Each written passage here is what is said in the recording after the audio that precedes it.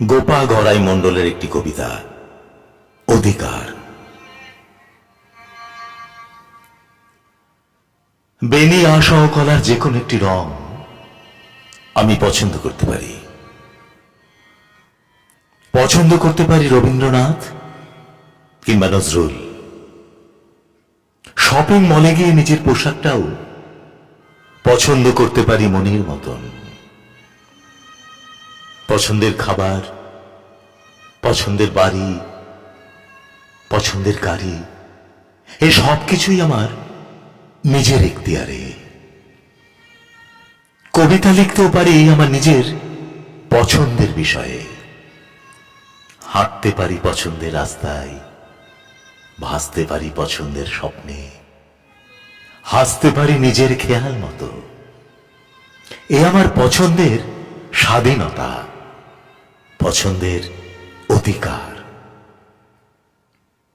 এই স্বাধীনতা মৌলিক অধিকারের তোয়াক্কা করে না। সেদিন ঠিক এমনি ভাবেই আমার পছন্দের রাস্তায় হাঁটছিলাম। হঠাৎ দেখলাম একটি বাচ্চা মেয়েকে, এক পেট ঝাঁকড়া চুল নিয়ে হাঁ করে তাকিয়ে আছে উপরের রেস্তোরাঁর দিকে। ঝাঁ ঝকঝকে কাঁচের বাক্সে সাজানো রয়েছে অজস্র সব সুন্দর সুন্দর খাবার। বুঝলাম এক মনে একাগ্র চিত্তে একনিষ্ঠভাবে মেয়েটি ভোগ করছে তার পছন্দের অধিকার।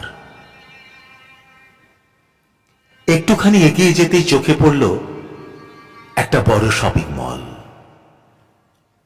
কিন্তু কি আশ্চর্য, সেই মেয়েটা, হ্যাঁ হ্যাঁ সেই মেয়েটাই তাকিয়ে রয়েছে শপিং মলের সুসজ্জিত সব রংবাহারি পোশাকের দিকে। মুখে হালকা হাসি, চোখে সৎ স্বপ্ন। বুঝলাম স্বাধীনতা ভোগ করছে মেয়েটা। পছন্দের স্বাধীনতা আর স্বপ্নের স্বাধীনতা। মনে মনে হাসলাম।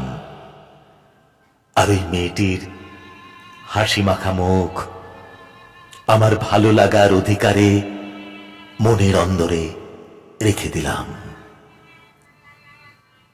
বেশ কয়েকদিন পর আবারও ওই শপিং মলের সামনে দিয়ে হাঁটছিলাম। দেখলাম ঠিক তার উল্টো দিকে ফুটপাতের ঝুপড়ির ভিতর একটি বাচ্চা মেয়ের কান্নার শব্দ।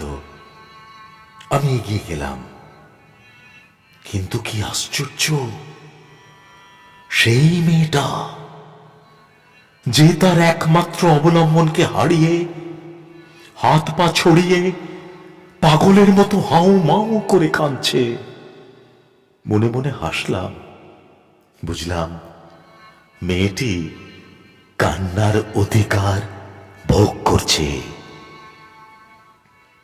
আমার বুকের পাঁজরের ভিতর বেদনার সেতারটা যদিও তার রাগিনীতে তখন করুণ সুর তুলেছে, তবু আমি চুপ থাকার অধিকারে নীরবে বাড়ি ফিরলাম।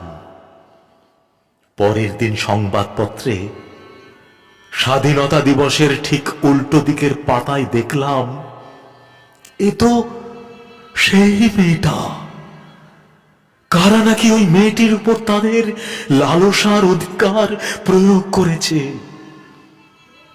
জোর করে তার উপর চাপিয়ে দিয়েছে তার দৈহিক ক্ষমতার অধিকার। মেয়েটি খাবার হয়েছে রেস্তোরাঁর ওই দামি খাবারের মতো।